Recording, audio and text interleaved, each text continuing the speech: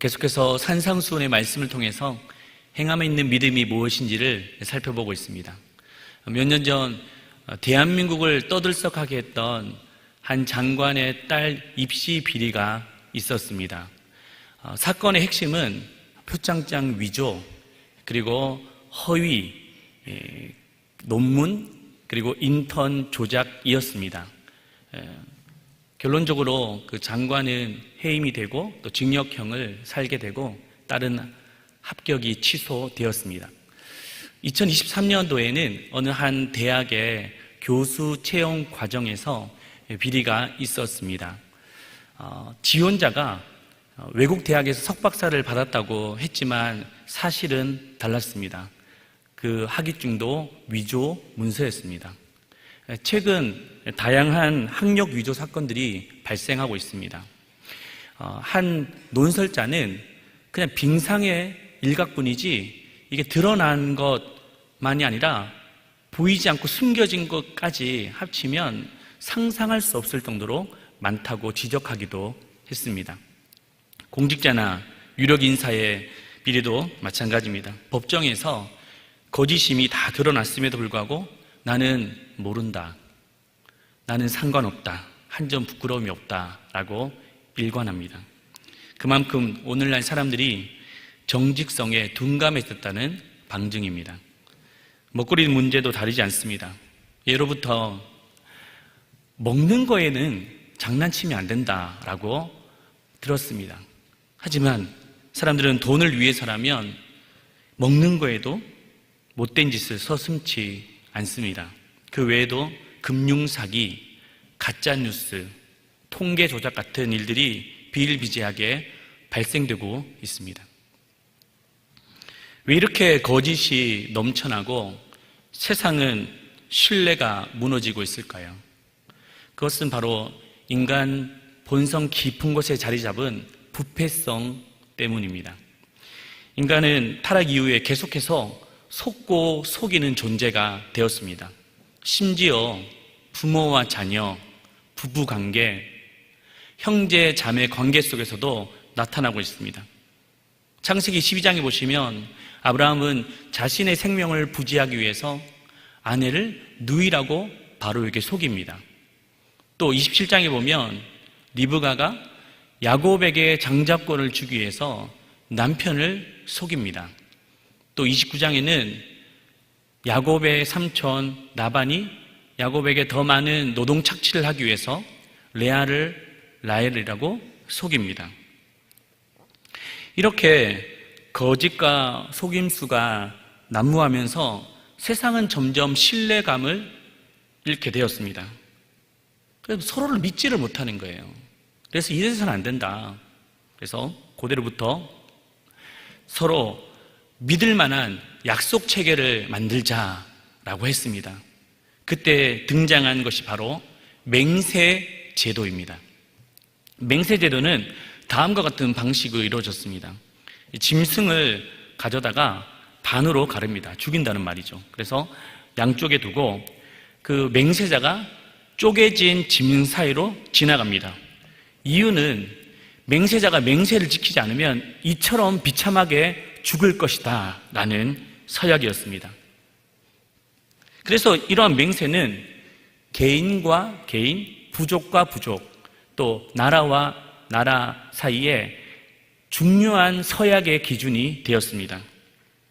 하나님도 이 제도를 허용하셨어요. 그래서 친히 아브라함과 언약을 맺을 때 쪼개진 짐승 사이로 지나가기도 하셨습니다. 그 이후로부터 성경에 계속 보시면 맹세가 등장하기 시작합니다. 먼저 아브라함이 엘리에셀 종에게 며느리를 얻기 위해서 조금 누군가를 택해와라 라고 할 때 맹세를 시킵니다. 창세기 24장 3절 4절 내가 너에게 하늘의 하나님 땅의 하나님이신 여호와를 가리켜 맹세하게 하노니 내 고향 내 족속에로 가서 내 아들 이삭을 위하여 아내를 택하라. 엘리야가 아합 앞에서도 호언장담하며 이렇게 맹세합니다. 왕상 17장 1절 이스라엘의 하나님 여호와께서 살아계심을 두고 맹세하노니 내 말이 없으면 수년 동안 비도 이슬도 있지 아니하리라 하니라. 그리고 마지막, 하나님 역시 자신의 뜻을 맹세로 나타내셨습니다. 에스겔 33장 11절입니다. 나의 삶을 두고 맹세하노니 나는 악인이 죽는 것을 기뻐하지 아니하고 악인이 그 길에서 돌이켜 떠나 사는 것을 기뻐하노라. 그런데 여기서 맹세할 때 꼭 지켜야 될 원칙이 있었습니다. 무엇이냐면 여호와의 이름으로 맹세했다는 사실입니다. 우리 말씀 한번 다시 보시면 창세기 24장 3절 4절, 하늘의 하나님 땅의 하나님이신 여호와를 가리켜, 또 왕상 17장 1절, 이스라엘의 하나님 여호와께서, 에스겔 33장 11절, 나의 삶을, 여호와의 삶을 두고 맹세하노니. 왜 그렇습니까? 여호와 하나님이 하늘과 땅의 최고의 권위자였기 때문입니다. 그래서 사람들은 맹세할 때 가볍게 할 수 없었습니다. 두렵고 떨리는 마음으로 맹세를 했습니다. 맹세를 어기면 이 죽은 짐승처럼 자기도 죽는다라는 그런 두려움 때문이었습니다. 그러나 시간이 지날수록 문제가 발생했습니다. 막상 맹세를 하긴 했는데 지키려고 하니 너무 힘든 거예요. 쉽지가 않았습니다. 그래서 사람들은 그 형태를 바꾸기 시작했습니다. 여호와의 이름으로 하지 않고 다른 대상으로 슬쩍 대체시켰습니다. 예수님은 그 구체적인 대상을 말씀하시는데 34절, 35절, 하늘로도 하지 말라. 이는 하나님의 보좌임이요. 또 땅으로도 하지 말라. 이는 하나님의 발등상임이요. 또 예루살렘으로도 하지 말라. 이는 큰 임금의 성임이요. 먼저 유대인들은 하늘로 두고 맹세를 했습니다. 오늘날로 말하면 내 말 못 믿어? 나는 하늘 아래 부끄러움이 하나도 없어. 라는 뜻이죠. 또 그들은 땅을 두고도 맹세했습니다. 내 말이 거짓이면 내 땅 문서를 팔겠어. 이렇게 말하죠. 예루살렘으로도 맹세하지 말라는 말은 내 말이 틀리면 내 성을 간다, 이런 말입니다. 요즘에 우리가 뭐 이렇게 저렇게 누구를 대고 뭐 맹세하는 것이 다 어디서 나오냐면 바로 이 말씀에서 유래가 된 겁니다. 그러면서 그들은 하나님의 이름으로 맹세한 것이 아니기 때문에 나는 죄가 아니다 라고 합리화했던 겁니다. 이것이 바로 사람들의 맹세의 이중성입니다. 그래서 예수님은 그들의 이중성을 지적하시고 새롭게 해석하셨습니다. 34절 말씀 보시면 나는 너희에게 이르노니 도무지 맹세하지 말지니. 맹세하지 말라 라고 하시죠. 여호와 이름으로 맹세하지 않았다고 해서 진노가 없을 거라고 생각하느냐? 그렇지 않다. 이 모든 피조물, 하늘과 땅과 예루살렘이 하나님의 창조 세계 아래에 있기 때문에 이것은 바로 하나님께 맹세한 것과 다름이 없다. 그래서 반드시 맹세를 지키지 않으면 심판이 있다라고 하신 것이죠. 그래서 이런 것들로 도무지 맹세하지 말라라고 하셨습니다. 여기서 한 가지 질문이 있습니다. 그렇다면 도무지 맹세하지 말라는 말은 어떤 경우에도 맹세하지 말라는 뜻일까요? 결론부터 말하면 그렇진 않습니다. 만약 우리가 맹세가 사라지는 세상이 된다면 이 세상은 더욱더 혼란스러워질 것입니다. 예를 들어 결혼식에도 신랑 신부가 뭘 합니까? 혼인 서약을 하잖아요. 그것도 못하게 됩니다. 또 법정에서도 증인들이 선서, 맹세도 못하게 돼요. 그러면 더 거짓 증인이 나타나게 될 것이죠. 또 우리가 잘 아는 의사들도 히포크라테스 선서에 따라서 환자들을 잘 지키기로 다짐하는데 이 선서도 사라지게 될 것입니다. 또 군인들의 복무신조, 공무원의 청렴 서약, 또 교회 안에서도 마찬가지죠. 교회 안에 임직자들, 세례자들 다 서약, 선서를 합니다. 그것도 다 사라지게 될 것입니다. 결국 신뢰를 지키고자 했던 최소한의 그 장치마저도 다 사라지고 말 것입니다. 그리고 또 하나, 서원의 축복도 사라지게 될 것입니다. 우리가 잘 알듯이 한나는 자녀를 갖지 못했습니다. 하지만 그 절망 가운데서 하나님께 간절히 기도하면서 서원을 하죠. 하나님, 내게 자녀를 주신다면 그 자녀를 주님 앞에 바치겠습니다. 그 서원을 하나님은 기뻐 받으셨고, 태의 문이 닫혔었는데 태의 문을 여시고 결국에 사무엘을 주셨습니다. 이처럼 맹세는 꼭 필요합니다. 그렇다면 예수님이 말씀하신 맹세하지 말라라는 그런 명령은 어떤 의미일까요? 먼저는 첫째, 유한한 인간의 한계를 인정하라라는 뜻입니다. 36절 말씀을 같이 읽겠습니다. 내 머리로도 하지 말라. 이는 내가 한 터럭도 희고 검게 할 수 없음이라. 여러분, 인간은 스스로 강한 존재라고 생각해요. 그런데 가만히 보면 정말 지극히 약한 존재입니다. 왜냐하면 오늘 말씀처럼 머리털 한 올도 희거나 검게 할 수 없기 때문입니다. 우리가 살아온 지난 세월을 한번 돌아보십시오. 가는 세월을 막을 수 있던가요? 막을 수 있나요? 우리 못 막습니다. 청운의 시절이 엊그제 같은데 어느덧 흰머리가 부쩍 늘었습니다. 사람에 따라서 벌써 백발이 찾아온 분들도 계십니다. 우리가 막을 수 없는 영역입니다. 지혜와 지식도 마찬가지죠. 아무리 배우고 똑똑하다 할지라도 쏟아지는 정보의 양을 우리가 감당할 수가 없습니다. 근데 내가 다 아는 것처럼 무수될 수 있습니까? 또 인간의 모습은 시간을 멈추거나 날씨를 변경하거나 미래의 일들을 우리가 통제할 수 있는 능력도 없습니다. 그런데 내가 마치 다 할 수 있는 것처럼 그렇게 허세를 부립니다. 무엇보다도 인간은 죽음 앞에서 아무것도 할 수 없습니다. 제가 전도를 하다 보면 이런저런 분들을 만납니다. 선생님, 예수님 믿으시고 천국 가셔야죠. 구원을 받으셔야죠. 라고 말하면 받아들이는 분도 계시지만 대다수의 사람들이 예수를 믿으라고? 나는 차라리 돈을 믿겠어. 예수를 믿으라고? 나는 내 자신을 믿겠어. 그런데 여러분, 그 죽음 앞에서 돈이 자신을 구원할 수 있습니까? 그 죽음 앞에서 자기 자신이 스스로를 지킬 수 있을까요? 천만의 말씀입니다. 이전 교회에 제가 있었을 때 한 집사님의 부친이 위독하다라는 소식을 듣고 제가 병원에 갔습니다. 몸은 점점 암세포가 퍼지고 또 더 이상 소망이 없어 보였습니다. 제가 할 수 있는 것이 없잖아요. 그래서 복음을 전해야 되겠다. 어르신, 예수님을 입으로 시인하고 마음으로 믿으면 구원을 받습니다. 예수님 믿고 천국 가셔야죠 라고 했습니다. 근데 그분이 뭐라고 말씀하시냐면, 예수? 차라리 나는 주먹을 믿겠어 이러십니다. 그 죽음 앞에서도 끝까지 주먹을 믿겠다는 거예요. 또 재차 아닙니다. 예수님 믿으셔야 됩니다. 이 죽음이 임박했습니다 했는데 난 주먹을 믿겠다고.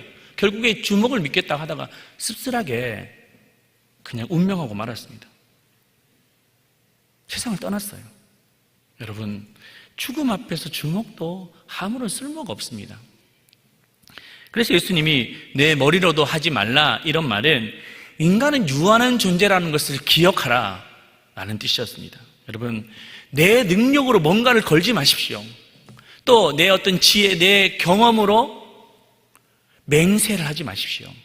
우리는 하나님 앞에 인간의 한계를 인정하고 신앙의 옷깃을 여미고 주님의 뜻을 구하시기를 축복합니다. 두 번째는 삶이 맹세가 되게 해야 됩니다. 예수님은 맹세에 관해 말씀하시면서 이렇게 결론을 맺으십니다. 결론인데요, 한번 37절 말씀 읽겠습니다. 오직 너희 말이 옳다 옳다 아니라 아니라 하라. 이에게 지나는 것은 악으로부터 나느니라. 이 말은 삶이 뒷받침되지 않는 맹세는 아무리 해도 소용이 없다라는 뜻이죠. 여러분, 주변을 한번 돌아보십시오. 정말 신뢰가 가는 사람이 있는 반면에 신뢰가 가지 않는 사람이 있지 않습니까? 그 차이가 뭘까요? 신뢰가 가는 사람은 얼굴이 호감형이라서 신뢰가 가고, 또 신뢰가 가지 않는 사람은 인상이 안 좋아서 신뢰가 안 갑니까? 그렇지 않습니다. 중요한 것은 신뢰가 가는 사람은 말에 책임이 있는 사람이에요. 말은 청산유수처럼 잘하는데 삶이 따라가지 않는다? 그러면 그 사람이 말을 하면 할수록, 많이 하면 많이 할수록 더 사람들이 불신하고 말 겁니다. 그래서 예수님은 불필요한 맹세가 아니라 너희가 옳다라고 하면 사람들이 그래, 저 사람이 말했다면 옳은 거야. 또 너희가 아니라라고 말하면 사람들이 저 사람이 아니라고 하면 그래, 아닌 거야 라고 하는 그 삶의 보증수표를 가져라고 하는 뜻이었습니다. 여러분, 사업을 하든지도 사역을 하든지 누구 관계를 맺든지 여러분 꼭 약속했으면 약속을 지키십시오. 말을 했으면 말에 대한 책임을 지십시오. 변명이나 핑계를 대지 마십시오. 그리스도인들은 맹세로 증명하는 것이 아니라 삶이 바로 보증수표가 돼야 됩니다. 그런데 이 부분에서 가장 취약한 사람이 누구일까요? 저를 비롯한 목사님들이 좀 취약해요. 보시면 이제 목사님들이 직업상 이렇게 말을 많이 하잖아요. 근데 말을 한번 흘리면 이 책임을 지지 못하는 경우가 있는 거예요. 뭐 예컨대 기도할게요 했는데 기도 안 하는 거예요. 다는 아니지만 제가 얼마 전에 새벽에 이렇게 기도를 하는데 우리 성도들이 어려우면 기도하겠습니다, 또 질병으로 고통받으면 기도하겠습니다 하지 않습니까? 그런데 새벽 기도하는데 내가 기도할게요 하는데 내가 기도를 놓쳤던 것이 너무 많은 거예요. 바쁘다고 놓치고 깜빡해서 놓치고, 물론 노트에 적기도 하고 제가 일정표에 기록하기도 하지만 하다 보니까 놓치는 경우가 있는 거예요. 제가 너무너무 부끄러웠습니다. 그래서 이제 좀 방법을 바꿨어요. 기도하겠습니다 라고 말하기보다는 그냥 그 자리에서 기도해 드리는 거예요. 누가 기도를 부탁하면 그럼 그 자리에서 짧지만 한번 기도해 드리고, 통화상이었다면 상대가 통화를 할 수 없는 상황, 뭐 운전 중이나 이러면 할 수는 없지만 웬만하면 통화상이라도 기도해 드리려고 하는 거예요. 왜냐하면 내 말이 책임을 져야 되는데 너무나도 쉽게 말하고 지키지 못하는 모습들이 있었기 때문입니다. 손양호 목사님이라는 분 아시죠? 손양호 목사님 참 한국교회에서 존경받는 분이셨습니다. 목사님은 1939년 여수 애양원에 부임하셨습니다. 그곳에는 나병 환자들이 많았어요. 근데 그 나병 환자들을 위해서 평생 헌신하기로 다짐을 했습니다. 근데 사역하는 게 진심으로 했지만 사람들이 따라주지 않습니다. 마음의 문을 열지 않았습니다. 왜냐하면 이유는 간단했습니다. 당신이 아무리 사랑을 외쳐도 당신이 이 나병을 알아봤어? 공감도 못하잖아. 그냥 기껏해야 동정일 뿐이야 라고 생각하고 있었습니다.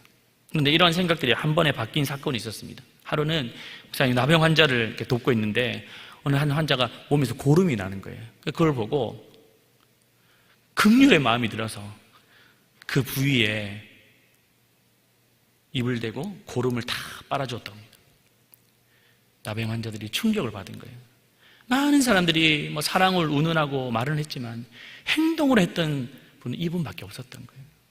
그때부터 그 환자들이 살아나고 회복되는 역사가 일어나게 됐습니다. 그 진정성을 알게 된 것이죠. 미국의 철학자이자 작가인 랄프 월도 에머스는 이런 말을 했습니다. 사람들은 당신이 말하는 것을 의심하지만 당신이 행동하는 것은 믿는다 라고 했죠. 여러분, 우리의 삶이 맹세가 되시기를 축복합니다. 우리가 옳다고 하면 사람들이 옳다고 믿고, 우리가 아니라고 하면 아니라고 믿는 그 신뢰자가 되시기를 축복합니다. 그리고 세 번째는 옳고 그름의 신앙을 지켜야 됩니다. 37절 다시 한번 읽겠습니다. 오직 너희 말이 옳다 옳다 아니라 아니라 하라. 이에서 지나는 것은 악으로부터 나느니라. 예수님이 말씀하신 너희 말이 옳다 옳다 아니다 아니다라는 말은 단순한 말투를 바꿔라는 말이 아니에요.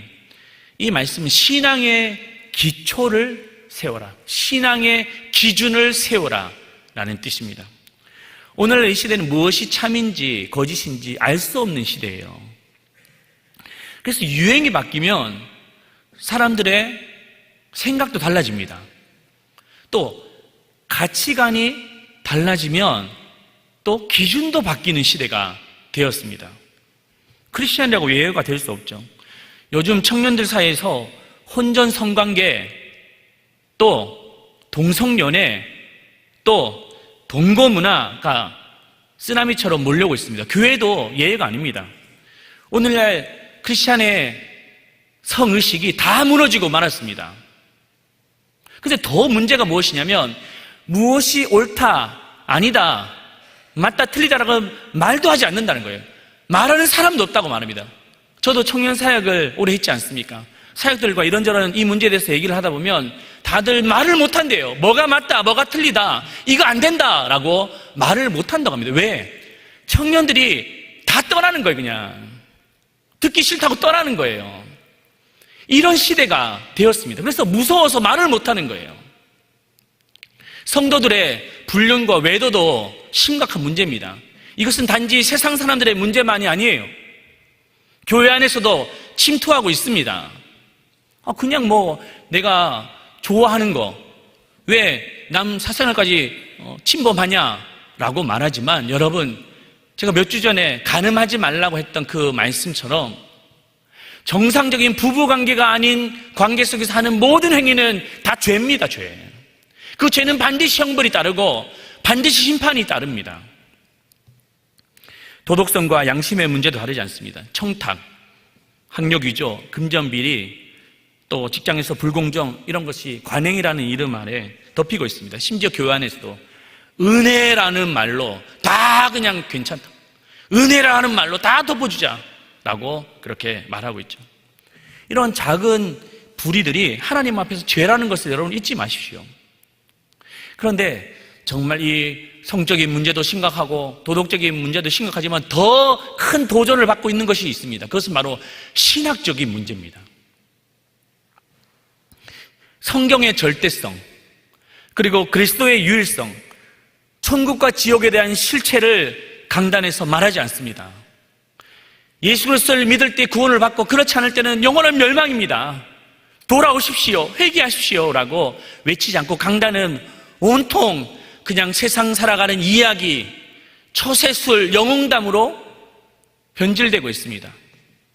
여러분, 큰 교회라고 다 믿는 것이 아니에요. 유명한 목사라고 다 따라가서는 안 됩니다. 우리는 바른 분별력이 필요합니다. 여러분, 릭 워렌을 기억하실 겁니다. 목적이 이끄는 삶이라는 유명한 책을 썼습니다. 미국 초대형 교회의 목사입니다. 그런데 이번에 10월 WEA 총회에 강사로 오게 됩니다. 이 WEA도 참 이게 다 지금 설명할 수는 없지만 심각한 문제성이 많은데요. 근데 그분이 유명하고 큰 교회를 한다고 해서 그냥 다 믿으면 안 된다는 거예요. 그분의 신학과 사상 또 사역에 대해서 경계해야 됩니다. 예를 들어 대표적인 사례가 오바마 대통령이 취임을 할 때 보통 이제 미국은 목사님이 오셔서 기도를 해요. 근데 그때 뭐라고 기도를 했냐면 여러 가지 기도를 하고 마지막에 예수 이름으로 기도합니다라고 하지 않고 이사 이름으로 기도한다는 말이죠. 이사, ISA라는 이사. 그 이사라는 이름은 무엇이냐면 이슬람 단어인데 예수 그리스도의 십자가가 부활을 인정하지 않는 그냥 한 사람으로서의 호칭이에요. 왜냐하면 이 사람은 종교다운주의적인 생각을 가지고 있습니다. 그래서 오바마도 종교다운주의 아닙니까? 보면 동성애 인정하고 차별금지법 인정하고, 그러니 뭔가 잘 보려고 했는지 자기의 사상인지 몰라도 그 자리에서 예수 이름이 아니라 이사의 이름으로 기도를 마쳤습니다. 또 크리슬람이라는 말이 있습니다. 크라이스트, 예수, 그리고 또 이슬람의 합성어, 이게 종교 혼합주의를 말합니다. 이런 행보를 보이고 있는 거예요. 최근에는 로마 교황이 무한 존재라고 말하면서 극찬하기도 했습니다. 우리는 깨어 있어야 됩니다. 정신을 차려야 됩니다. 도덕적인 문제, 성적인 문제도 중요하지만 이 신앙과 신앙에 관한 바른 정립이 필요한 거예요. 제가 예언하지만 앞으로 교회는 혼합주의가 밀물처럼 쓸려오게 될 것입니다. 이때 우리가 우리의 신앙을 지킬 수 있는 것은 무엇일까요? 옳고 그름의 신앙을 반드시 정립을 해야 됩니다. 그렇지 않으면 우리는 다 무너지고 말 거예요. 우리 자녀도 지키지 못할 것입니다. 우리도 지키지 못하고 어떻게 우리의 자녀를 지킬 수 있겠습니까? 그래서 옳은 것은 옳다, 아닌 것은 아니다라고 분명하게 말해야 됩니다. 여러분, 거룩의 기준을 낮추지 마십시오. 진리의 기준을 희석하지 마십시오. 성경에서 분명히 말하고 있는데 왜 여러분들에게 생각으로 판단하고 또 여러분들이 왜 기준을 낮추고 있습니까? 주께서 마지막 시대에 너희의 믿음을 보겠느냐 말씀하셨습니다. 그 말씀이 무엇입니까? 그것은 바로 맹세로 드러나는 것이 아니라, 구호로 드러나는 것이 아니라 우리의 열매로 드러남을 말해주고 있습니다. 그 삶의 진정성 있는, 신앙의 진정성 있는 그 삶의 열매. 마지막 때는 반드시 극단으로 갈 수밖에 없습니다. 진짜는 진짜 쪽으로 더 몰리게 될 것이고 가짜는 가짜 쪽으로 더 몰리게 될 것입니다. 오늘날 보십시오. 우리가 신앙의 나태함에 빠져 있고 이것도 저것도 아닐 이때에 누군가는 더 신앙의 열정을 가지고 예배의 자리, 믿음의 자리에 더 견고하게 서고 있습니다. 자신의 신앙을 이 마지막 때에 지키기 위한 것입니다. 반대로 이단들, 얼마나 거짓이 더 넘쳐나고 있는지 몰라요. 더 커져갈 것입니다. 이때 우리는 어떻게 신앙을 지킬 수 있습니까? 이때 옳은 것은 옳다, 아닌 것은 아니다라고 말할 수 있는 그 신앙이 우리를 지킬 줄로 믿습니다. 이 신앙을 꼭 굳게 붙들어 맹세보다 우리의 삶의 열매로 또 진정성 있는 그 신앙으로 증명하기를 주님의 이름으로 축복합니다.